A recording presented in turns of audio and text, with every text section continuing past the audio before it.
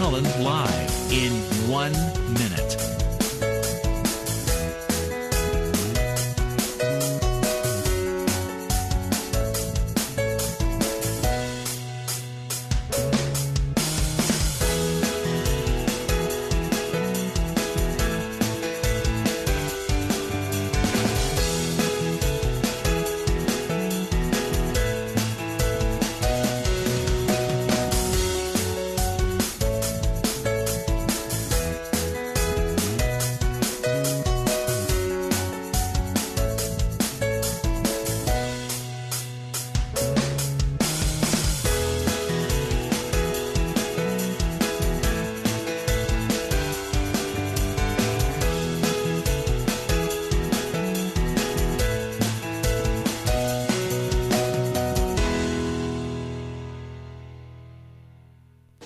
Welcome to Lynn Cullen Live at pghcitypaper.com. Email your questions and comments to Lynn at pghcitypaper.com.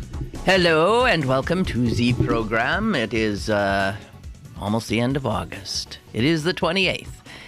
In fact, it's a Tuesday, and that means that my kid sister, Susan, is joining us from the family homestead in Cheesehead Country. Hey, Suze, how you doing? I'm slightly disoriented because I don't know where I am anymore. I don't blame you. We're having trouble keeping track of you too. I know, and we're taking off as soon as I hang up the phone again. I just saw a funny little tweet saying, to the GOP convention delegates, welcome to Tampa. Please don't forget to set your clocks back 400 years. Well, I think they're all funny. I mean, you've seen the one of the map of Florida with the balloon of the storm projected over it, and the headline: "Giant uterus invades Florida." Oh, God. Well, so... and honestly, we got out of Sarasota just in time because that day they honored Donald Trump as... I saw it. Diplomat of the year? Statesman of the year. I saw that. I think I mentioned it yesterday. That is something that is so ludicrous that...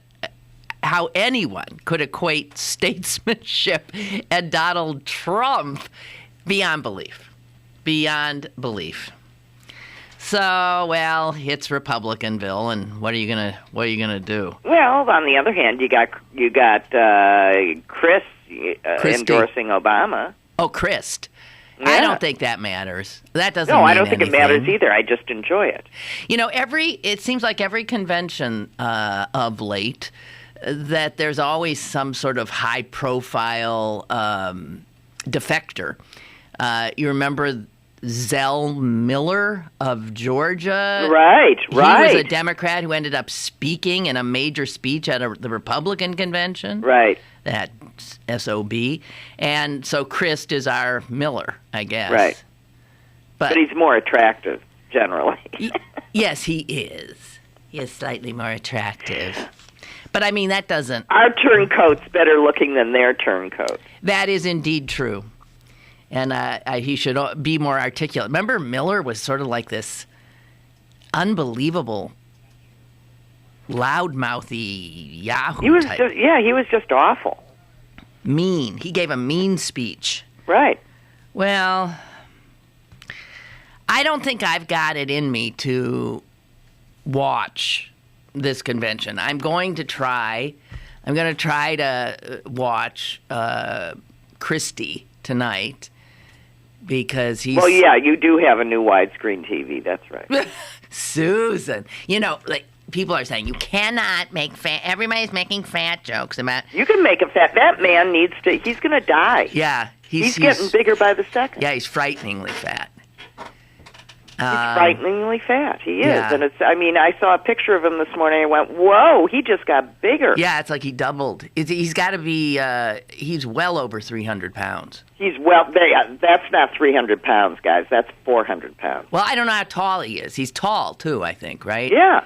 Yeah, that's he's right. huge. So think, that's at least 400 pounds. Well, he's just huge.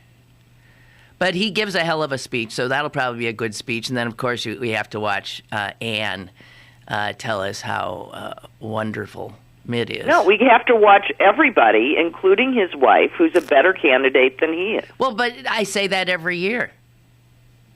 The women, the wives of these guys, have always seemingly been the more likable of the two. Don't you think that's true? In many cases, yeah. Yeah, I mean, Laura Bush. Who didn't like Laura Bush? What reason was there not to like Laura Bush? Seriously, can you think of one? Her gentle voice. No, see, I mean, you can't. She just seemed like a nice person. She did. I'm sorry. I think she was a nice person. I'm sure she is a nice person. I don't know. And then clearly McCain didn't even have a good marriage. I mean, they did not look happy, those two. Well, if you were forced to wear your hair like that, would you be happy? Well, she's not forced to wear her hair like that. That's the most I don't know. Right after hair. the campaign was over, she sure started looking softer and posing, really? You know. You know what I was glad to see? I was glad to see that Governor Sanford, the one who was hiking the Appalachian... Got married? No, or got engaged? Yeah, he got engaged to the South American honey.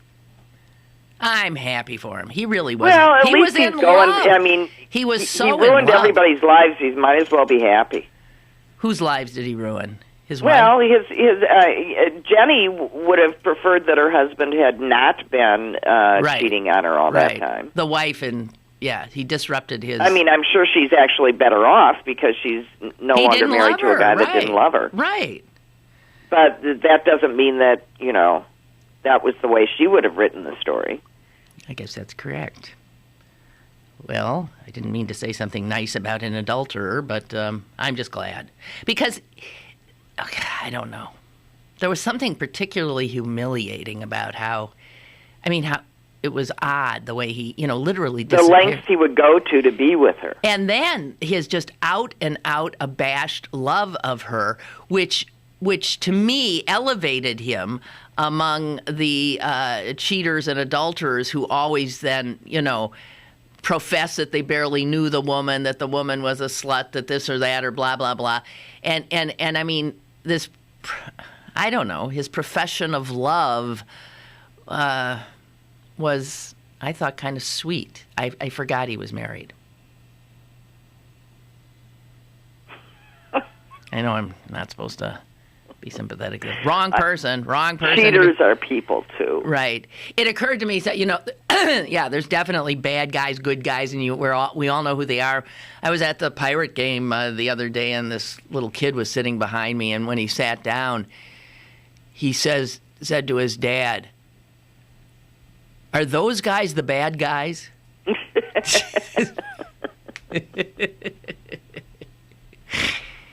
And it reminded me, one of my favorite stories of all time is of your son. Yeah, that's right where I went when you said that. Yeah, well, of course. It was so cute because, I mean, he was about that age, too, that you just sort of like, you're trying to figure the world out. And it is presented to us, even as adults often, in that black and white way. There's good guys, there's bad guys. And, unfortunately, that's how our politics work now, right? Right. Well, you going to tell him what my brilliant son said? Yeah. Listen, I've told this story before. Arlie was going to Sunday school, and he was, because he's the product of a mixed religious marriage, he was going to the church that he was going to was called the Ethical Cultural. It's not a church. All right, the thing. I don't know. It's not a church. The Ethical Cultural Society. Right. I guess if it's Unitarianism is too much for you, then you go to the Ethical Cultural Society. And he was at the Sunday school, And his father, I believe, went to pick him up. And he's conversing with him on the way home and says, well, what did you learn in Sunday school? And Arlie said, we learned deeds, not creeds. And I think, I'm all for that. That's good. Deeds, not creeds.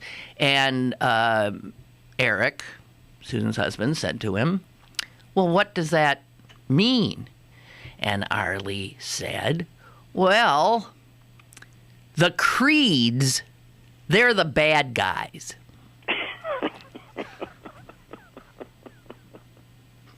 But he's right. He got the message. We want the deeds, not the creeds. We want the deeds, not the creeds. Them creeds, they're the bad guys. It's true. It's all the ideologies, the people who think that simply belonging to the right, signing on to the right, signing into the right gang, club, this or that means you've done all you need to do, as opposed to just how about helping somebody. Well, the part that I've never gotten over is that all of these people who so fervently believe that they picked the right gang and that God shines his light on them, especially. The Jews do it too. We be the chosen, but that it's flabbergasting. Yeah, it is flabbergasting. And if everybody is so sure they're right, how come they're not all standing in the same place? I mean, obviously, billions of people somewhere got it wrong. It's some need. It's some basic human need to think you got the answer, or that this is how. Oh, I don't want to even get into this conversation. I think some people literally have to have that very specific structure. Oh, I know they do. I know people like that. Yeah. It gives them great comfort. Great comfort. And to never have to make a decision. Well, they still have to make the decision, but they know, well, yeah, they still have to do what their creed tells them is the thing to do. But, and actually, if everybody followed what these religions told them they should do, they would be better people. The world would be better, because generally religion tells you to live a good life, right? Right. Generally, I know. I think it does. Religion gets perverted in the... I don't know. I don't want to talk about it. It seems like an odd time to bring it up, but I'm going to. I was in a very large church on Sunday, and it was unlike any church I'd ever been to. It is, I think, what we call a megachurch. And I was in just one little part of it. I had gone to pay my respects to a man who I didn't know well, but I knew his wife well, and I had known him and admired him as someone who had called my show for many years. And he was, at the time he called the show, a cab driver. And so he would call, and maybe some old-timers who might be listening now would remember him as Mo in the cab, Mo in the taxi. His name was Maurice Wimbish. And this guy was so smart, and he was so kind. He was always, if I saw on my screen that Mo was on the line, I knew that there was going to be an elevation of the discussion in some way, or that a wise, good word was going to be inserted. And Mo was an extremely religious man. The day that station, Susan, the day that they threw me out the door to go to an all-business format, I walked out the door, and there was a scraggly bunch of of fans there to say goodbye to me who had come together or something. And there was a yellow cab, and there was Mo. And I never laid eyes on him. And there was his beautiful wife. And the beautiful wife, I later became very close to, because she was magical. I ended up doing advertisements, commercials for her, because she was a massage person who was an expert in pain relief, and she is amazing. And she would come to my home, and then I ended up going to her place. But so over the years, I really got to know Heather, but knew more and more of Mo through her, through conversations. What a wonderful guy. What a great, anyway, he died. I was reading my Sunday paper, and I, for some reason, was sort of scanning over the, obits, and his name just leaped out of the paper and slammed me in the face. And I was in disbelief. He was 53. 53. So I went to pay my respects. And I've never been in a place like that. It was amazing. And the people, there were millions of people there. And they'd all come to pay respect, because Mo had been a leader in that church. He'd actually been in charge of greeting newcomers, getting them into activities in the church. These churches, Susan, they seem to be like true communities. I mean, they right. Well, they don't seem to be. They are total communities. Right. Well, that's the point. Wow. And I remember Heather telling me that Mo was now doing this. He wasn't doing the cab anymore. In fact, he was a minister.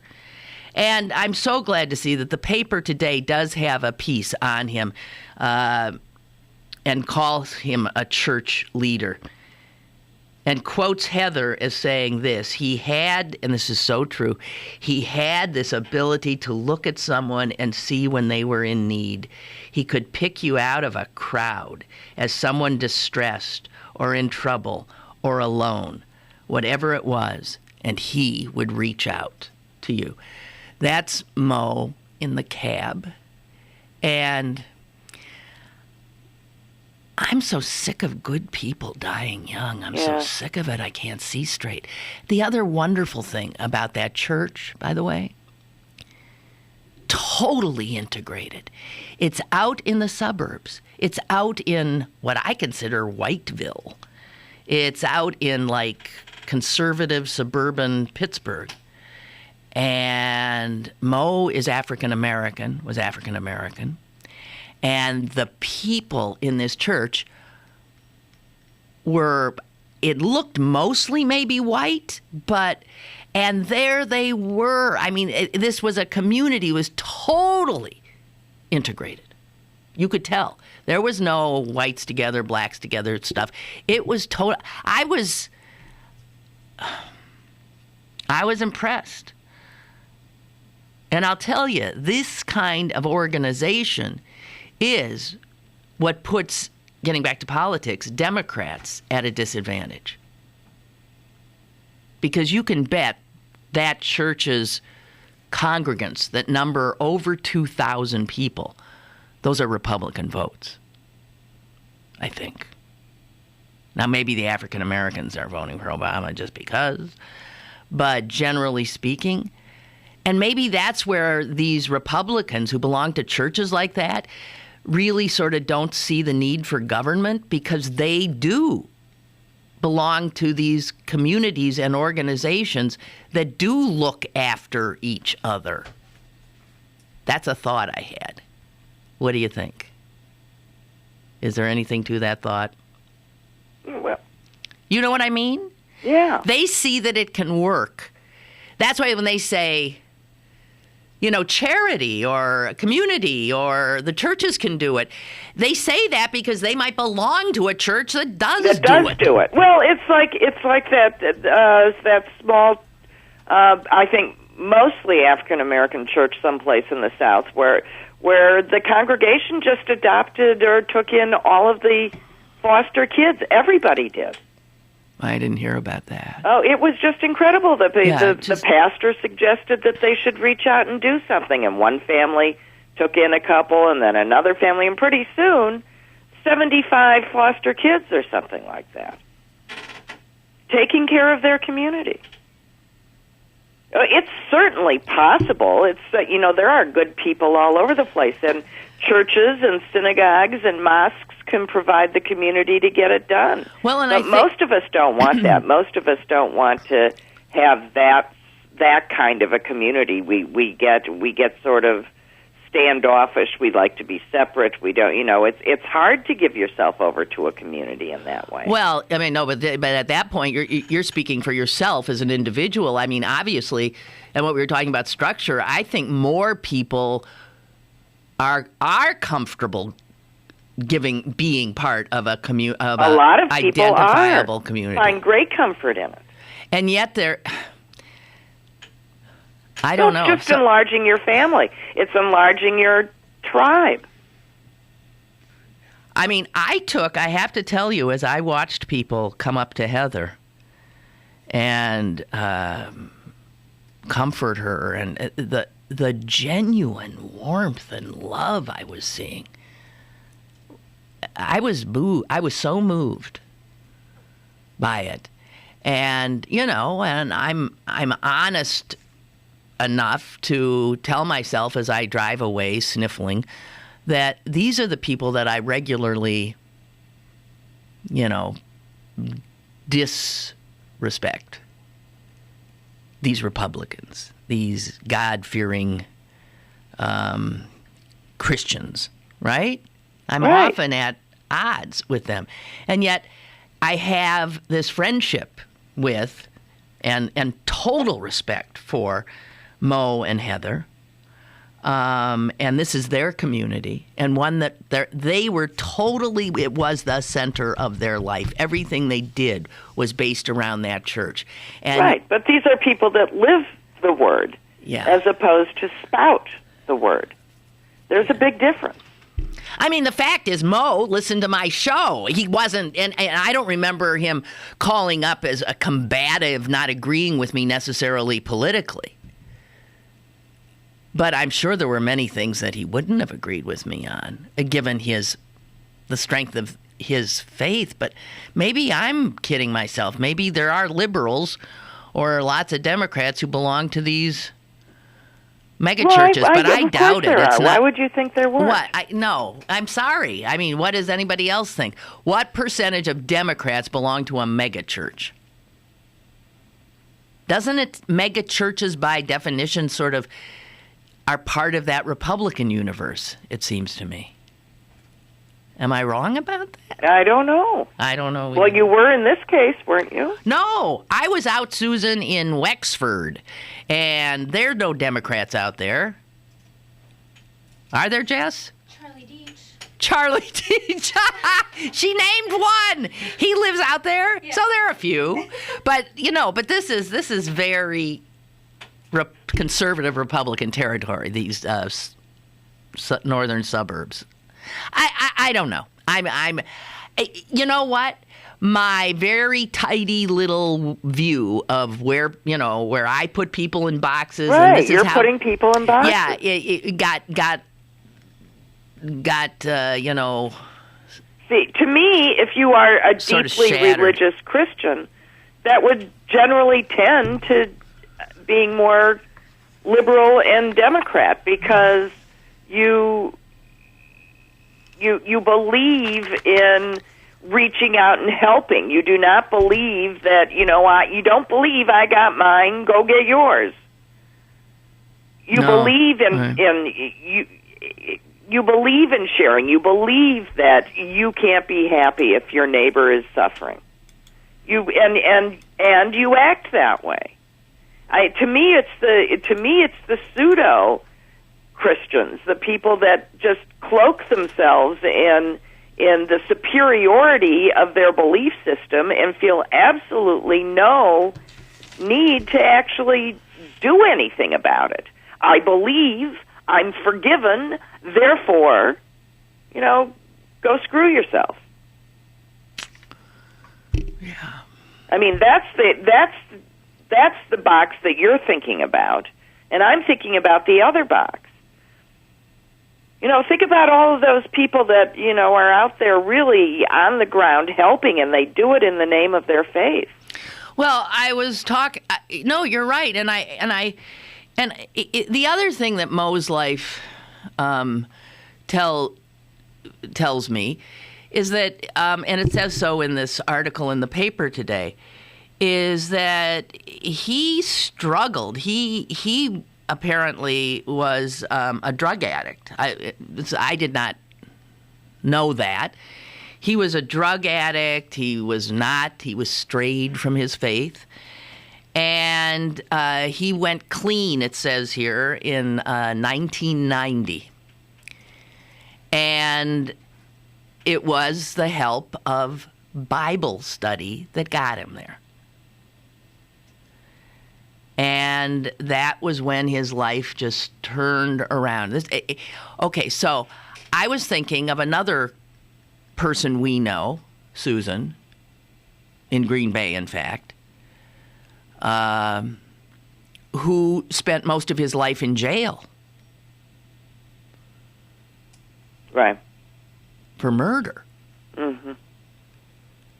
And we know him. And we were fearful. We have dinner with him regularly. Well, I know. And I mean, when he came into our lives through, the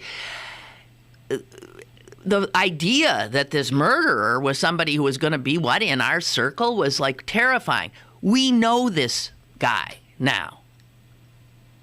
He, too, is a good man, changed man, but also through his Christianity, which he got in jail, which he got from Charles Colson Ministries. Right. And he's a true believer. But he is. And why shouldn't he be? He embraced this faith, and it got him out of a life sentence. It got him a parole. Well, it wasn't because it was believed. No, it was because he lived it. Because totally it changed he lived him. it for 30 years. He became a true Christian, real Christian. So, I mean, I'm often laughing at people who get in trouble and then all of a sudden they find Jesus, right? They find Jesus, they're in court with their Bibles and this and that. And I think a lot of them are putting it on. Oh, of course. But a lot of them aren't. No. And the it power... It sustains them. It saves them. It sustains them. It saves them. It gives them purpose, even in a box. So it saved Mo. It saved Mo Wimbish, who then took what was left of his life and did nothing but help others. And it gave Peter this ability to, and he and his wife do all kinds of, they're off every weekend doing Christian work, literal Christian work, right? Right. Now, literal. I'm somebody I'm always making fun, sort of like of this kind of, I don't know, I feel very... You can't be so cynical that you take away the good. Nope. You can't. Well, see, it's being an absolutist. It's being like a creed, not a deed. These are people who live their Christianity. They, too, believe in a deed, although they also do believe in a creed. It's their creed that leads them to do the deeds. I don't know, but I just want to apologize for taking the easy way out a lot to make an argument, because we do make these big categories and stick people into them, and then the people we stick into them lose their individuality.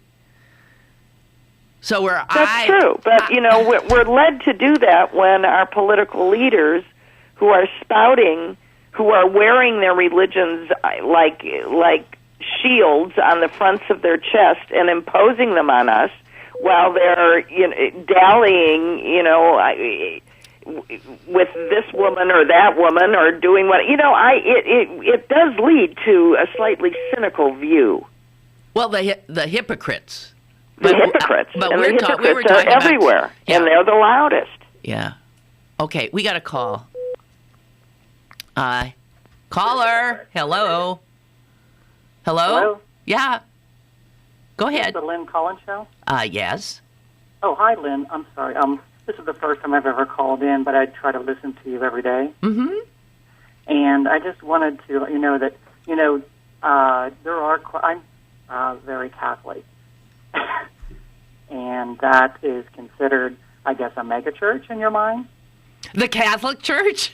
Yes. Oh, that's more than a megachurch. I don't know what that is. The megachurch I'm talking about are these Protestant churches that, literally have campuses with, this thing had different buildings, and I've never seen anything like this. Oh, I see. Okay, I was thinking also that the megachurch, I understand, almost like the Joel Osteen. Yeah, I guess something like that. I don't know. But I had this whole idea of who the people were and the sort of, I imagined zombie-like hordes. But I don't know. All I know is this little taste I got Sunday. Right. And because I was personally involved, because I knew these two people who were being so warmly who are being loved by this integrated crowd. I was impressed. Well, I know that even though I'm Catholic, and I know that a lot of people sometimes view us as people that, because we are Catholic, and they really press more towards Republican, that I just wanted to mention that I've got a lot of friends that we go to church every week. In fact, there's some of us that are gay, and we, struggle with what the church says about that. But we still have this big connection with the church. And, but so many of us, gay or straight, doesn't really matter, so many are voting for Obama, and we understand, how, the church's stance is really for people, and not, when you hear about the benefits that we get with Medicare and all of that, we're so for it, and we know it needs to be revised, but not in the way that the Republicans want to do it. But anyways, I just wanted to call. At first, whenever you're talking about megachurch, I had a misunderstanding about. Oh no, that's no. Well, the fact is that the Catholic Church is the original megachurch, I guess. The Catholic Church is a whole other thing, and it's as I've said, the most successful human institution ever. I mean, nobody can come up with another human-created institution that has survived over 2,000 years. Mm-hmm. And been it's such a shame what they're doing with the nuns, because they are. Oh, it's disgusting. Don't get me started. And the nuns, I can tell, there's a lot of nuns voting for Barack Obama, I'll tell you that. Absolutely. I have some friends that are really close with the nuns, and they can't believe how the church is coming down on them because they're not speaking out more about social issues. Exactly. They shouldn't be feeding the poor. They should be out there. I know. They should be outside Planned Parenthood picketing. Stop feeding the poor and go. Yeah, I'm with you totally. Thank you for the call. Okay, take care. Thank you. Bye-bye. Susan. Yes. We have to take a break. Really? As a matter of fact, we had to take a break about 15 minutes ago. Take a break. Well, I'm having I'm having some kind of a crisis, which is why I was babbling so long. But I'm fine now. And you're better. Oh, I'm not fine. I'm better. Take your break. All right, we're taking the break. We'll be back. More is on the way with Lynn Cullen Live. Here we go. Pittsburgh City Paper's annual preview is available now. Get your black and gold fix from Pittsburgh's arts, entertainment, dining, and sports source in the Burgh. Pittsburgh City Paper. Available at over 1,700 locations throughout Western Pennsylvania, on the web at pghcitypaper.com, and on your smartphone at citypapermobile.com. Hey, read this. Read all about it. The Greater Pittsburgh Literacy Council needs you. Absolutely needs volunteers to do their work. Because the way they teach somebody how to read is one-on-one. Talk about great class size.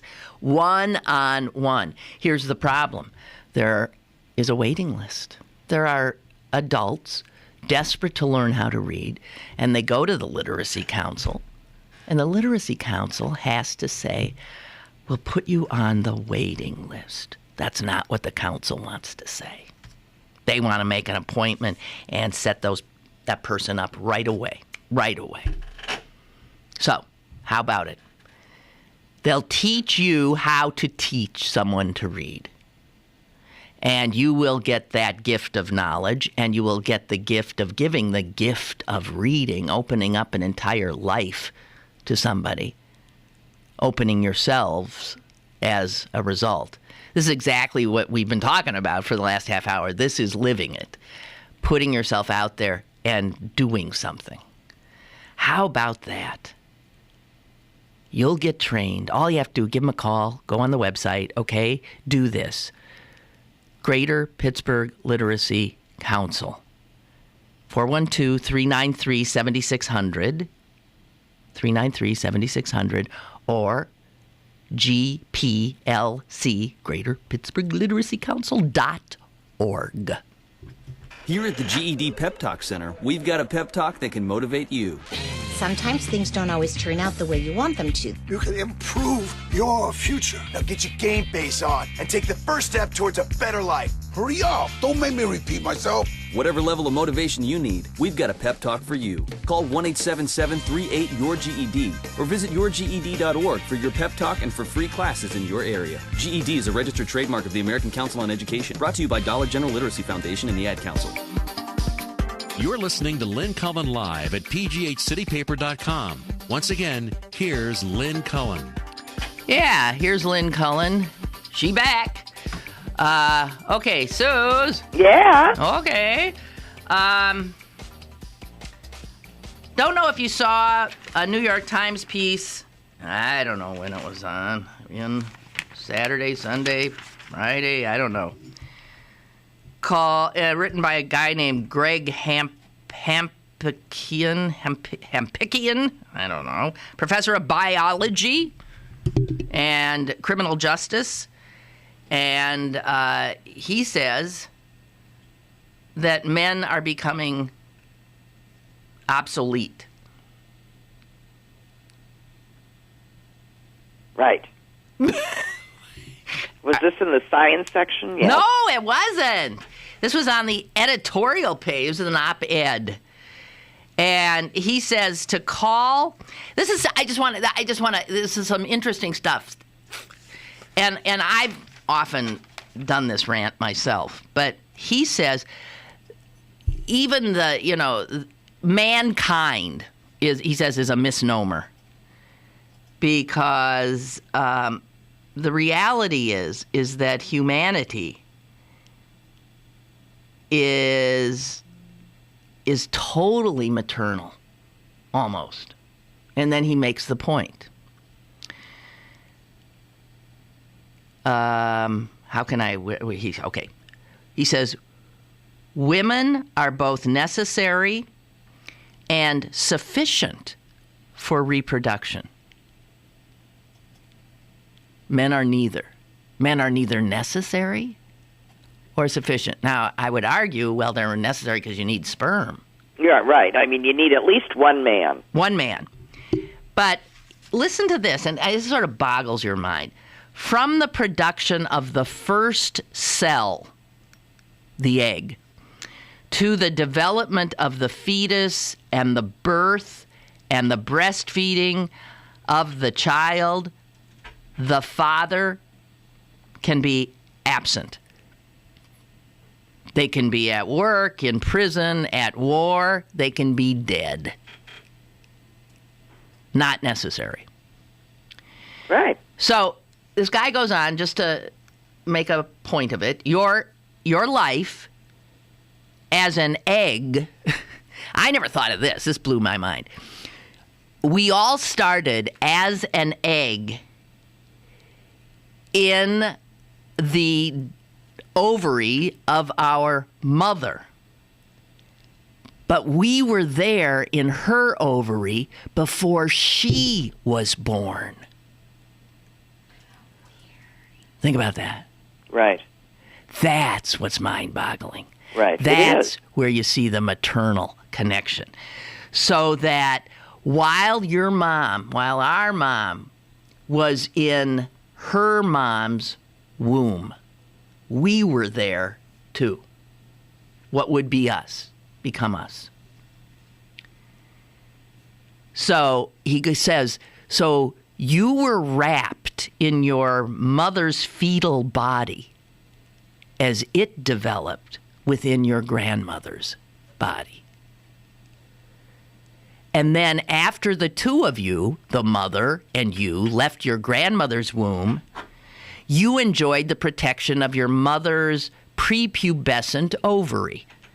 Then sometime later, after the two of you left your grandmother, you burst forth and started taking a little trip down a fallopian tube. You glided along the oviduct, surviving happily on the stored nutrients and genetic messages that your mom packed for you. Then, at some point, your father spent a few delirious moments close by and then fell asleep. A little while later, you encountered some very odd, tiny little cells that he had shed. They did not merge with you or give you any cell membranes or nutrients. Just an infinitesimally small packet of DNA, less than 1/1,000,000th of your mass. And over the next 9 months, you stole minerals from your mother's bones and oxygen from her blood, and you received all your nutrition, your energy, your immune protection from her. By the time you were born, your mother had contributed 6 to 8 pounds of your weight. And then as a parting gift, she swathed you in billions of bacteria from her birth canal and groin. And that then continued to protect your skin, your digestive system, and your general health. And immediately upon being born, she breastfed you, as our species have done for nearly our entire existence. You suckled from her all your water, protein, sugar, fats, even immunity. She sampled your diseases by holding you close and kissing you, just as your father might have done. But unlike your father, she responded to your infections by making antibodies that she passed through to you in her milk. Yay, us! Go, woman! Hey! Woman! I am woman, hear me roar. But really, isn't that just mind-boggling? Yeah, that was. What? I thought that's why. I read that this morning but it was on. By now, it had migrated to the science page. Oh my! So this guy goes on to say, so if all the men on Earth died tonight, the species could continue on frozen sperm. If the women were to disappear, it's extinction. We're gone. Yeah, so treat us with a little respect, huh? Well, No wonder the instinct is to keep us down. That's what I agree. There's an intuitive fear. I think this is what I've always maintained. There is too much power. Women are so mind-bogglingly, magically powerful that they have had to be kept down. Right. And by virtue of the fact that men have had the brawn and have not been out of commission because of all of these maternal duties, birthing and pregnancy and raising children and suckling children and creating the next, generation, that, the men then sort of created the mythologies of, and women, if you think of like Adam and Eve and stuff, women in these mythologies so often play the role of the bad one. Right, we're evil. The one that screwed things up. When in fact, sorry guys, that ain't the truth. And then he goes on to say, if you look at the future, the fact of the matter is that women now are, because brawn doesn't mean anything anymore, next to nothing. Thank you, NRA. Yeah. So technology and stuff, smarts is what matters. And it turns out women are now graduating from colleges at a much higher rate than men and are getting, the kinds of jobs that otherwise would have been men's. Women. Well, and so really, do you think it's any accident that there is this huge push after 60 years of, relatively slow-paced gains for women?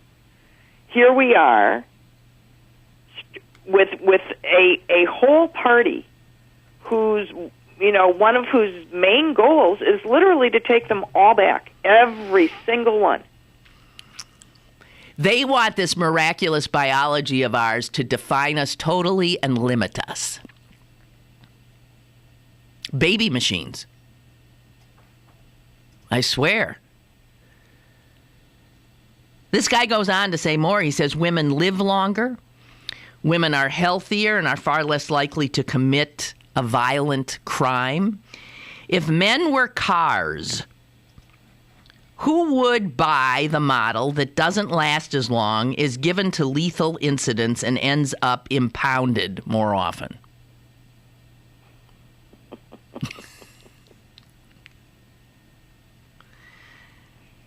So he said, when I explained all this to a female colleague and asked her if she thought that there was yet anything irreplaceable about men, she answered, well, they're entertaining. Exactly. And he said, gentlemen, let's hope that's enough. But if we continue to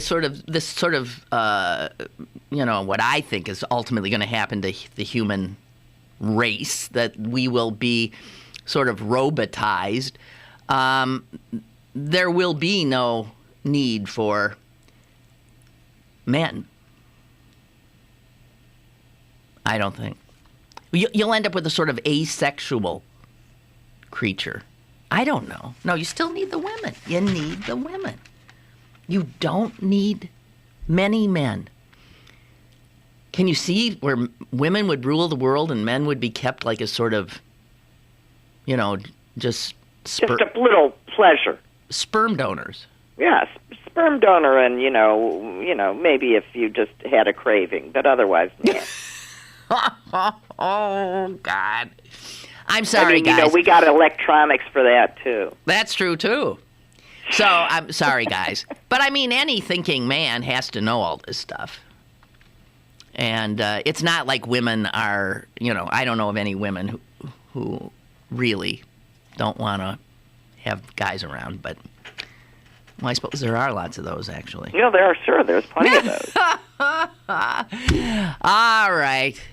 But we find you entertaining. We do. I like mine anyway. I know. Susan likes hers a lot. I like him, too. As these men go, he's a pretty all right, good. well, we'll let him live. Okay, he can live. And he does good sperm. He does. Mine just totally wimps out. All I seem to have control over is eyeballs. Yeah, I mean, that little DNA packet that he deposits is a good packet. Good stuff. So, I mean, if it came to that, he'd be a good sperm donor to keep around. No, but now he's old. He'll just, be spawning autistic. Yeah, did you see that? Yeah, well, I'm sad for the children who were, the people in the study. But I have to say that it doesn't upset me to have a little bit of information that says to these men, no, you probably shouldn't be having babies, spawning babies when you're 80. For those who don't know what Susan's talking about, there was a study that came out and shows, it certainly appears to give more fodder to the folks that say that trying to figure out why there all of a sudden is so much autism in children. And I've always thought it's got to be environmental. They say that it looks that the average age of fathers has been going up and up and up and up and up, and that it looks like that the average age of fathers going up could account for as much as 30% of the cases. And that's a lot. Although autism. Mother points out that Abraham would be an exception to prove the rule. You mean like the patriarchs? The patriarch. Yeah, but you believe that? If you that he was fathering children when he was 522? Yeah, do you believe that? Of course I believe that. It's the word. Oh, yeah. So anyway, the study shows that the risk of Down syndrome increases with older mothers. But when it comes to complex psychiatric kinds of problems, the lion's share of the genetic risk originates in the sperm, not in the egg. So a lot of these old men who are on their, second wives, their children are at more risk. So what they're suggesting, and it's what I know, I was having this conversation with your daughter when I was in Chicago, is that everybody should put away harvest their eggs, harvest their sperm. Harvest their eggs, harvest their sperm, and then live on their own timetable. Right. And here's what I have to say as an old, dried-up lady at this point. Mm-hmm. That's just nonsense. Have children when your biology says it's appropriate to have children. But then what does a young woman who wants to, be a professional, what does she do? Because if you have children and try, the have-it-all thing. Okay.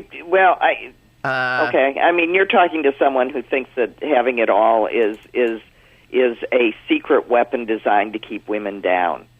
You can't have it all. And to expect that you can have it all makes you live a unsatisfied life because you always are feeling like you're doing nothing well. You're running around like a crazy person. You have to make choices at different points in your life. Yeah. And everybody does. Men do, women do. They're different choices. But everybody has to do it. Yeah, but you've got to acknowledge. Yeah, I think you can't just be political about biologic realities. You can't say, I don't like that, therefore it isn't. Well, but so what's wrong with, you can still bear a child later, but your chances of getting pregnant or having a good, healthy egg, so why not freeze this stuff and do it when you're 38, 39? It's easier on your body if you're younger. Well, I'm sure I think you're trading one set of problems for another set of problems. And you don't have to be that young if you're a woman. You can get your career started. You can figure out what you want to do and have babies at an age-appropriate time if that's what you want to do. Make the decision about what you want to do with your career at that point because you don't know how you feel about motherhood until you become one. You don't know whether you're happier continuing to work or whether necessity says you have to continue to work, whatever those decisions are. Those are made in the reality of the moment. You can plan all this stuff as much as you want. when you get there, the picture might look totally different. And if you've made all these rules for yourself, or society has told you that this is what you must do now, that's just not, you have to, choice is just that. It's choice, and it's a burden because you have to continually make them. And you have to continually rethink them, especially women. So sure, it's nice if there's other options. It's nice that you can do things, that you can stack the deck a little bit in your favor, but it doesn't change those choices. The woman that wants a career isn't any more prepared at the age of 35 to drop anything and have a kid than she was at 25 to stop everything and have a kid.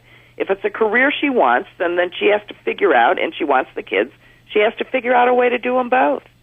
That involves hiring someone to be the mom. Well, and that's the beginning and the end of that story. I could argue some of your points, but I have to take a break. Okay. And I also have to say that Colette has emailed and come up with another reason for keeping men around. Yes. She says, men are good for killing bugs, too. Men are good for killing bugs. We'll be back. Stick around for more with Lynn Cullen live after this.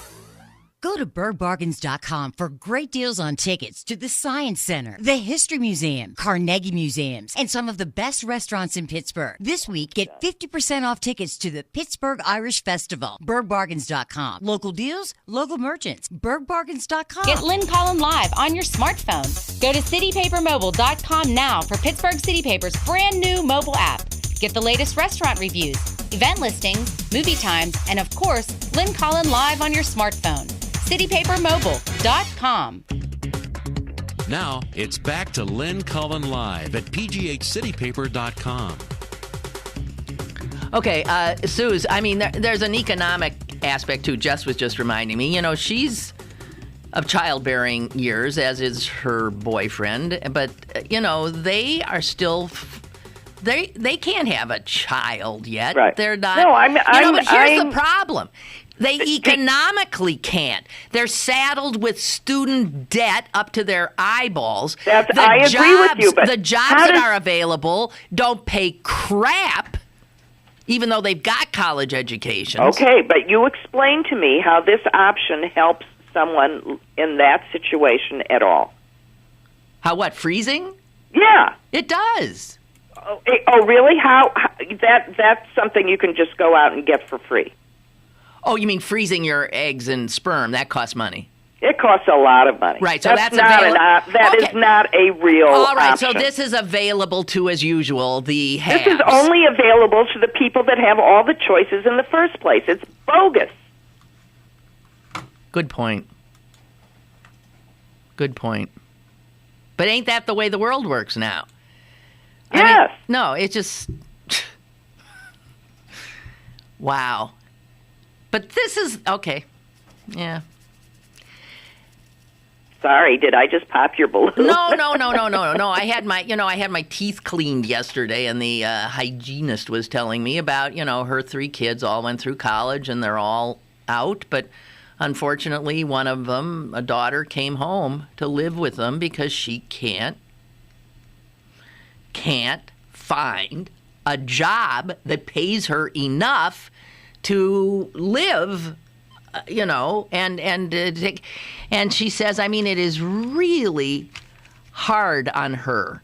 But we were talking about how this economy, it's not just that there aren't jobs, there aren't good jobs anymore. No, there aren't. There aren't jobs that pay a living wage. There is no reason that somebody with skill, like Jess, who working her tail off, doing she's good at a million things. She works for the paper. She does this. She does that. She does this.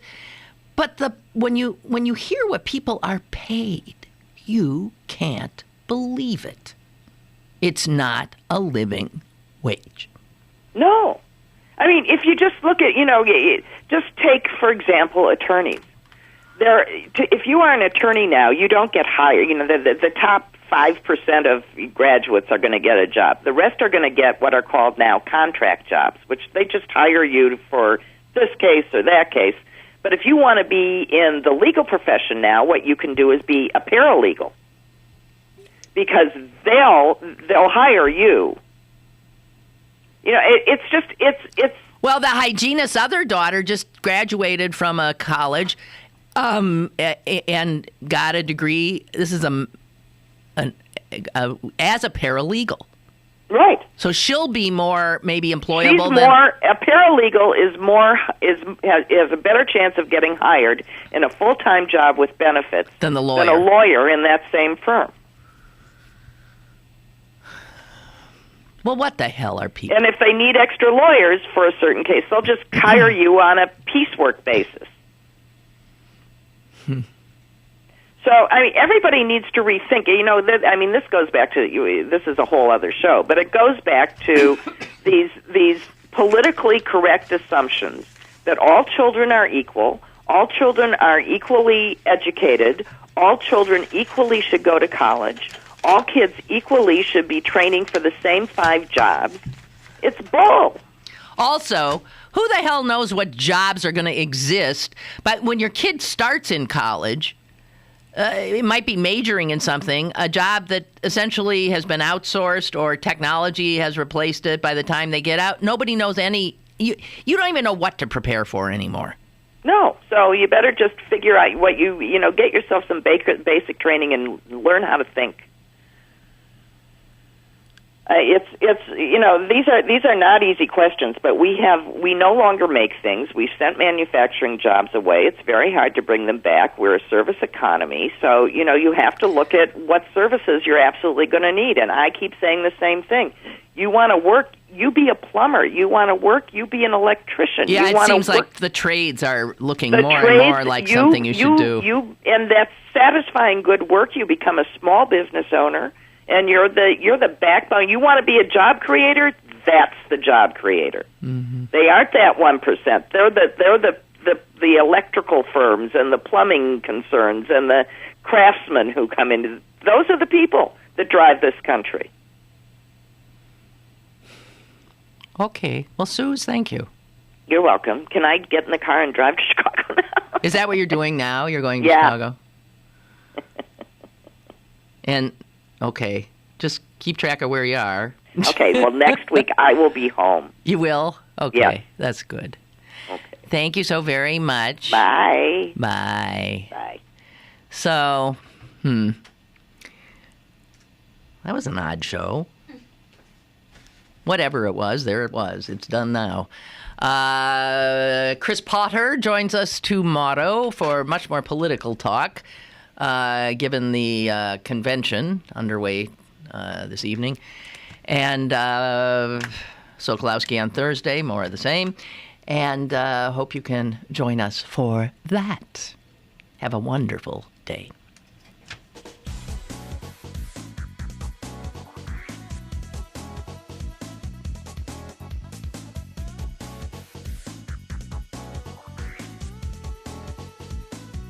Lynn Cullen Live, Monday through Friday from 10 a.m. to 11 a.m. and archived at pghcitypaper.com. The opinions expressed on Lynn Cullen Live are those of the host and do not necessarily reflect the viewpoints of Pittsburgh City Paper, Steel City Media, and its advertisers.